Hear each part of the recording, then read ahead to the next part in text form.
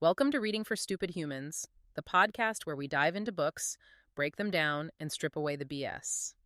I'm your host, Laura Ann Waters, and whether you're here for the plot or just the chaos, we're about to take you on a ride through the wildest reads you never saw coming. No fluff, no fancy words, just raw, unfiltered book talk.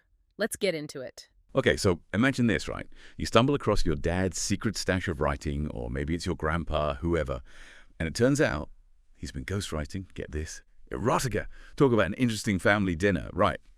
Well, that's the kind of unexpected journey we're on today in this deep dive. We're going into the world of Abdullah Jones. He's ex-journalist turned, well, erotic ghostwriter. And his memoir, it's called The Smut Writer. Catchy, right? That's our guide today. Now, you're probably thinking, okay, so we're diving into, what, a collection of wild sexcapades? And yeah, there are definitely a few of those. Wouldn't be a very exciting memoir without them, right? But here's the thing. What makes this deep dive really interesting is the surprising depth. Like, this isn't just some tell-all trying to be scandalous. Abdullah, he's witty, self-deprecating even, and honestly, surprisingly philosophical. He uses these experiences, all of them, to reflect on life, relationships, the whole shebang. It's a wild contrast, to be honest. You have this guy writing about, fleeting pleasure for a living, but at the same time, you can tell he's searching for something deeper. So how does a war correspondent go from dodging bullets to, as he calls himself, the Hemingway of hookers? Well, he saw it all. The highs of covering major conflicts, the lows of watching his career take a nosedive, and that's how he ends up in this unexpected and honestly surprisingly successful career. But here's what really got me hooked. Can someone, anyone, spend their days crafting fantasies for other people and still find something real, something meaningful in their own life? That's the question that kept popping up for me throughout the whole memoir, really. And that's what we're going to unpack in this deep dive. We're talking Abdullah's craziest encounters, his brutally honest thoughts on relationships, and trust me, he doesn't hold back, and even his, philosophical musings on life, love, everything in between. Abdullah's memoir, it's like overflowing with these vivid and honestly hilarious stories about his adventures in the erotic ghostwriting world. Like, take the Christmas party catastrophe, for example. Just picture it, okay? Company holiday party, Abdullah's there, maybe feeling a little burnt out, maybe had one too many tequilas, and, nature calls, right? Only he ends up mistaking his boss's, super expensive shoes for, a urinal. You'd think that'd be an instant firing offense, right? But instead, his boss is, strangely fascinated by Abdullah's drunken explanation of this thing he calls a Viking shower. No, it's these ridiculous situations, these moments, that really show you how strange Abdullah's life is. I mean, he's writing about these glamorous, super intimate encounters, but then his reality, it's messy, to say the least. And speaking of messy, some of his client encounters are something else. There's a whole chapter on, get this, the $1,000 blowjob. And look, I won't go into too much detail here, but let's just say it gives you a glimpse into the sheer variety, the range of experiences he's dealt with just to get the writing done. Then there's the McDonald's 15-minute conundrum. It's where you really see the business side of this world. Quick transactions, tons of requests, this constant need to churn out content. But here's what's interesting. Abdullah doesn't just tell these stories to be shocking, He uses them as jumping off points to talk about bigger things, like with the Oriental Express. He talks about this encounter, this woman, and her performance.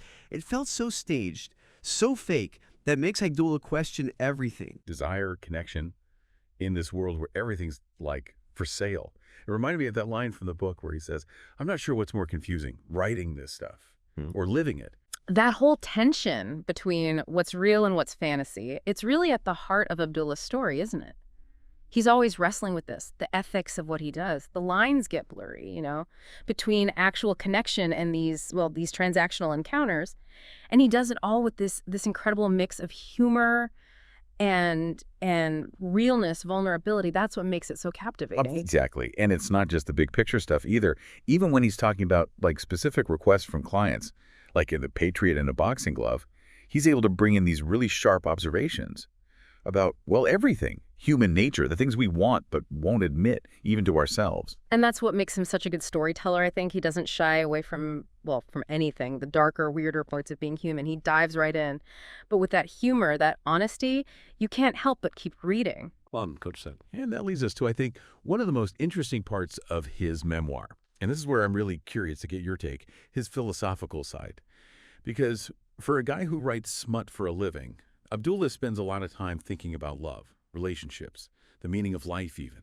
compares himself to Scheherazade, spinning stories to keep his audience interested, but also maybe to try to make sense of his own life. I was really struck by his whole idea of the rigged game. You talk about this too, this idea that societal expectations, the media, consumerism, it all makes real connection harder to find, hence the rigged game. Can you tell us more about that? Oh, it's fascinating, isn't it? This idea that we're constantly bombarded with these images, perfect relationships, perfect bodies, perfect lives, and it sets up these expectations that are impossible to meet. Abdullah's arguing that this constant exposure to these like manufactured versions of love and sex, it actually makes it tougher to find the real thing. We get so caught up in chasing these fake desires that we miss out on what actually matters. Yeah. Intimacy, letting people see the real us, authentic connection. And he sees it everywhere, right? Mm-hmm. Not just in his own life, but in the lives of his clients, the people he's writing for. There's that part where he talks about his mother's prophecy, right? Yeah. About how she always said he'd end up, and I quote, flashing his miseries to complete strangers. It's like he's stuck in this loop, fulfilling everyone else's fantasies, but looking for something real, something that lasts in his own life. And that search for something real, something genuine, it takes him to some pretty unexpected places. There's this one part he stumbles across this book, The Unbearable Lightness of Being by Milan Kundera. And it, throws him into this whole existential crisis. He even has a chapter called The Unbearable Lightness of Being Abdullah.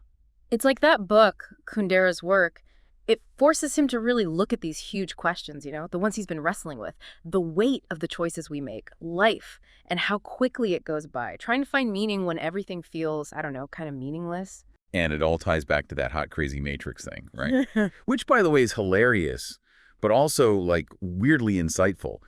It's his whole breakdown of relationships. He makes this graph, basically, and he's plotting women on it based on, well, how attractive they are and how, let's say, emotionally stable. And the goal, the sweet spot, he calls it the wife zone, someone who's both beautiful and, not completely nuts. He's obviously being a little tongue-in-cheek with it. But there's some truth there, right? We're drawn to certain types of people, and sometimes those types, well, they don't exactly scream healthy relationship. Exactly. And he even admits, Abdullah, that he's fallen into those traps himself. He talks about feeling like God's favorite sex toy, being thrown from one intense thing to the next, never really finding what he's actually looking for. That's the kind of sad part of his story, isn't it? He's so self-aware, he can analyze himself and everyone around him so clearly. But even with that, he still gets stuck. Those same patterns, that same longing for a connection that lasts. It makes you wonder, if a guy who writes about intimacy for a living can feel that disconnected, what does that mean for everyone else? Can we even find real connection in a world obsessed with, instant gratification and surface-level stuff? That's the question Abdullah leaves us with, and it sticks with you. He's not giving us easy answers, no. But he gives us a new way to think about it all, a way that's, well, entertaining, sure, but also makes you think. He really makes you question things. The choices we make, the games we play, everything we think we know about love, sex, happiness, all of it. So back to that original question, right? Mm-hmm.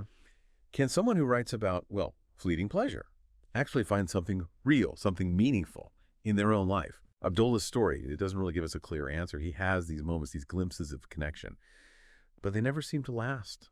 There's always that searching, that feeling of never being quite fulfilled. And maybe that's the whole point. Maybe there are no easy answers. Maybe it's about embracing the mess, the contradictions, always searching for something more. However you see it, one thing's for sure. Abdullah's story will stay with you. It makes you think, it makes you feel, and honestly, sometimes that's enough. That's it for today's episode of Stupid Reads. If you enjoyed the chaos, don't forget to share, like, and subscribe to keep up with our wild takes on the next book. And remember, even if the book's a masterpiece, we'll still find a way to make it stupid. Catch you next time.